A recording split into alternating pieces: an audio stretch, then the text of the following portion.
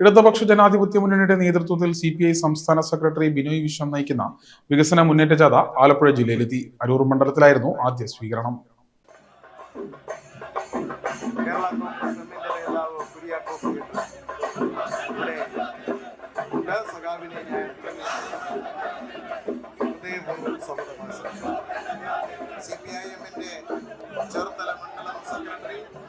അതുപോലെ തന്നെ നമ്മുടെ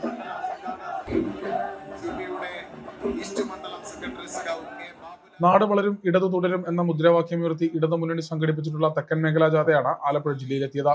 ഫെബ്രുവരി 4-ന് ചേലക്കരയിൽ നിന്നാണ് ജാഥ ആരംഭിച്ചത്. CPI സംസ്ഥാന സെക്രട്ടറി ബിനോയ് വിശ്വം ജാഥ ക്യാപ്റ്റനും CPM സംസ്ഥാന സെക്രട്ടേറിയറ്റ് അംഗം M സുരാജ് ജാഥ മാനേജറുമാണ്.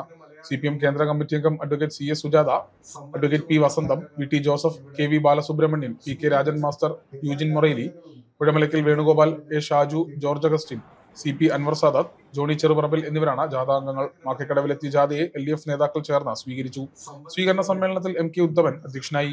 PK സാബു സ്വാഗതം പറഞ്ഞു. ജാഥ captain Binoy Viswam, manager M Swaraj, നേതാക്കളായ മന്ത്രി P Prasad, CS Sujatha, TT Jismon, R Nasar, CB Chandrababu, K Prasad, AM Arif, TJ Anchalose, S Solomon, B Vinod, NP Shibu, Manu C Pulickal, KB Bimal Roy, PS Shaji തുടങ്ങിയവർ പങ്കെടുത്തു.